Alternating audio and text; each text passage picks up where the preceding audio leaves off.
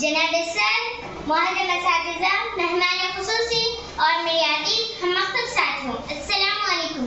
میں شیخ اشرف فاطمہ عبدالجبار، جماعت چہارم کی طالبہ، ہندوستان کے عظیم رہنماؤں کے خوابوں کا بحث اس عنوان پر لب کشائی کرنے کی جسارت کرنے جا رہی ہوں۔ بغیر سماعت فرمائیں، میں اس شعر سے اپنی تقریر کا آغاز کرتی ہوں۔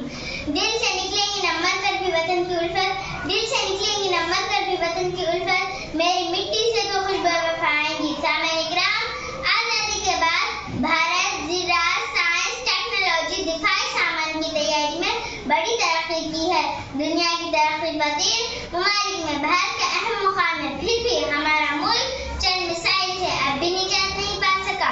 جب میں اپنے ملک کی حالت دیکھتی ہوں تو یہی سوچتی ہوں کہ میرے خوابوں کا بھارت نہیں ہے۔ میرے خوابوں کے بھارت میں گاندھی جی کے خوابوں کی مثالی بھارت ہوگا، ایک ایسا بھارت جس کی آزادی کے لیے لوگوں نے اپنی جان قربان کی۔ ہمارے خوابوں کا ملک جہاں عوام کی سچی حکومت ہوں گی، سب کا راج یعنی پرجا کا راج ہوگا اور صحیح عوامی حکومت ہوں گی، ہر غریب و امیر کی آواز سنی جائیں گی اور سب کے ساتھ انصاف ہوگا۔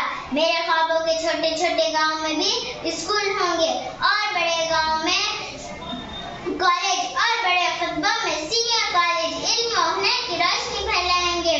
جگہ جگہ لائبریری، کتب خانے، اسکول قائم ہوں گے، اونچی تعلیم کے دروازے سبھی کے لیے کھلے ہوں گے، تعلیم میں صنعتی اور تکنیکی مضامین کو فوقیت دی جائیں گی۔ ہمارے تعلیمی ادارے حقیقتاً علم و ادب کے گہوارے ہوں گے، جہاں نہ تو بھید بھاؤ ہوگا اور نہ مذہب کے نام پر لڑائی جھگڑے اور فسادات ہوں گے۔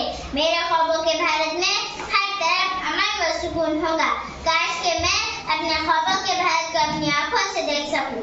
آخر میں اس شعر پر اپنی بات ختم کرتی ہوں۔ مٹ گئے خود پر نہ مٹنے دی وطن کے آبرو، مٹ گئے خود پر نہ مٹنے دی وطن کے آبرو، ان شہید